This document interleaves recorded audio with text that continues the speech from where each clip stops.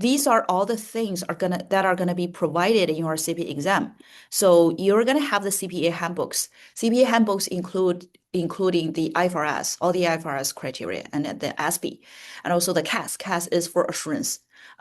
Christine, I don't think you're gonna have to use CAS because you are in day three, and day three, you're finance role. You are in finance role, and day three, you're gonna be tested for assurance, but usually assurance AOs in day three are typically substantive procedures, preliminary planning memo, WIR, weakness implication recommendation for internal control. I don't think you're gonna have to use CAS, but you will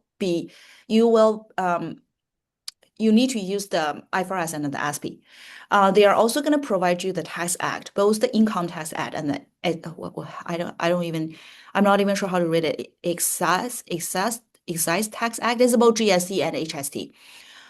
I know those tax acts are provided to you in your exam, but I don't think you're ever going to use it because first of all, if you're not a trained tax specialist, it is really hard for you to read the tax act. It's like not human language. It's like the Mars language. I doubt you can actually read it. Especially in the very intense exam environment, I don't think you're going to be able to read that. Second, I don't think you're going to have time because basically, when you prepare for the exam, you have to memorize all the test rules and you have to know what to add back and what to subtract.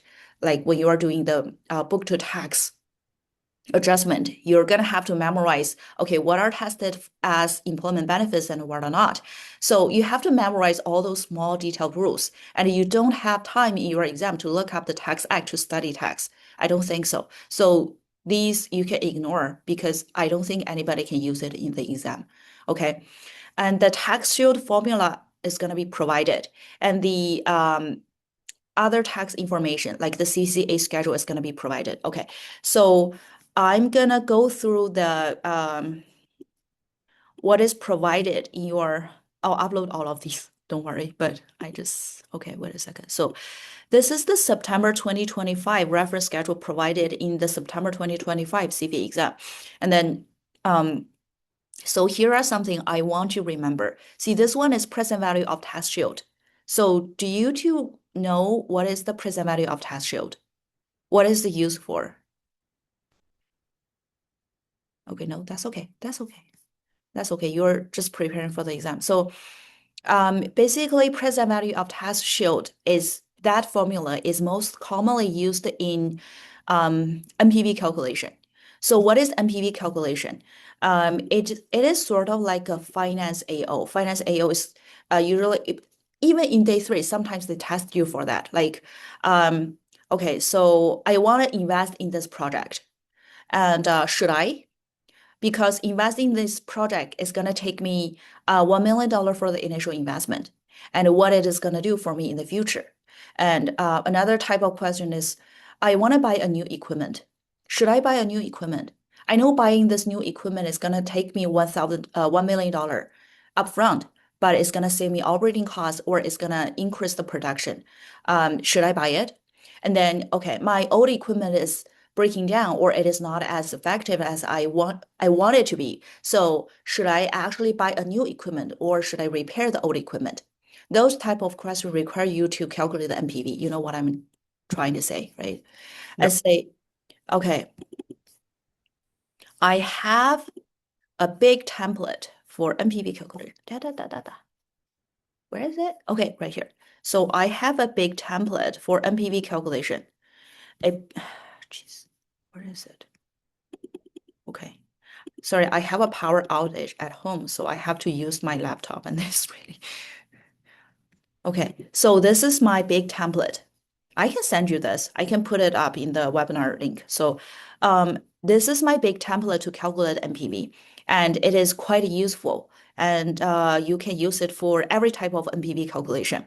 So basically, you're gonna have to invest this amount of money upfront for this investment, or you have to buy new equipment. And then if you buy this new equipment or you investment this amount of money, and it's gonna generate you additional profits. Notice that I say additional. So you have to think about incremental profits, incremental contribution margin year over year for N year. Maybe like your investment is going to last for N years, or your new equipment is going to last for like 5 years. Then you write year 5, year 1, 2, 3, 4, 5. Okay, it's going to generate you this amount of profits year over year.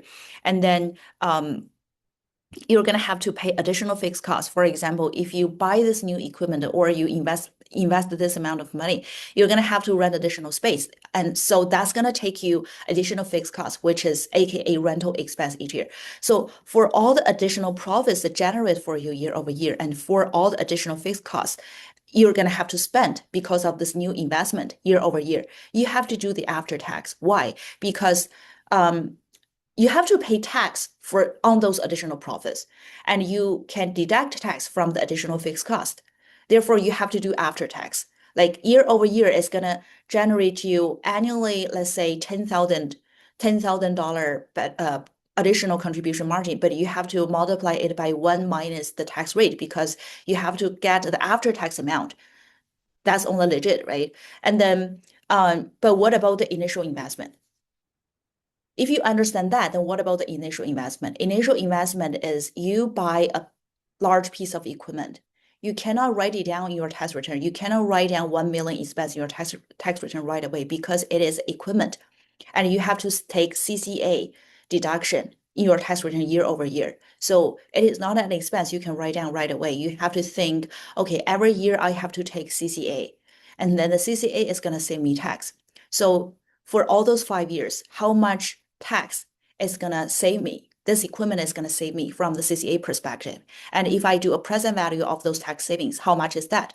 That's what the present value of tax shield is doing. Are you following me? Any question?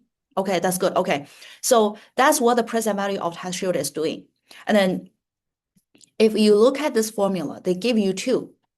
So I'll say for your exam, 99% of the time, you're going to have to use the first one, not the second one. Why? Because if you read it carefully, the first one is for something that is acquired after January the 1st, 2024. Your exam is not gonna be past 2028, so don't worry about that. So it's just something you acquired on or after January the 1st, 2024. You're gonna have to use this one, this formula to calculate your PV of tax shield. For something you acquired before January the 1st, 2024, you're gonna have to use this formula. And in your exam setting, I think 99% of the time they are gonna test you something that is acquired after January the 1st, 2024. I don't think they're going to test you for anything earlier.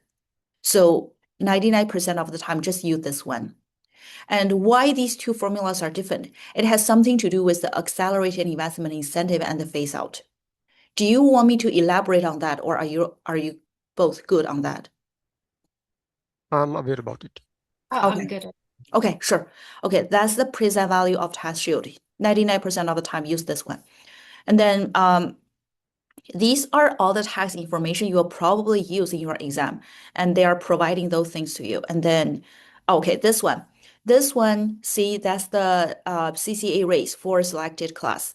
And then see what they're giving you. They're giving you class number, and they're giving you the rate. And they're giving you some of additional information, some of the description of some of the classes, but they are not giving you the complete things.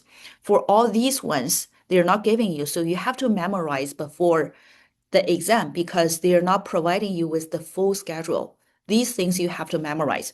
And I have write down all this for you already. Wait a second, where are they?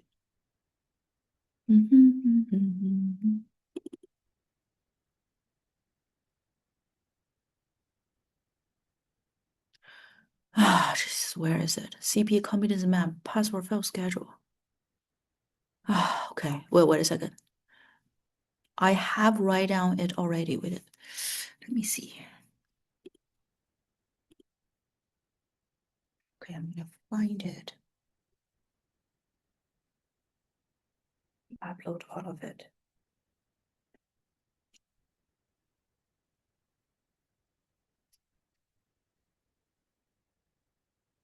One second. Gonna have to look for that thing. Okay, right there. Okay, this is gonna be provided to you for free. This is something I prepared. I have filled in the blanks of all these things, and everything I highlighted in the yellow, you will have to memorize before the exam. You have to know all these, okay? This is gonna be provided to you. Okay, this is the CCA schedule. Wait a second, prescribed interest rate. Okay, that's all about this one. And let's do all the other stuff. Any questions so far?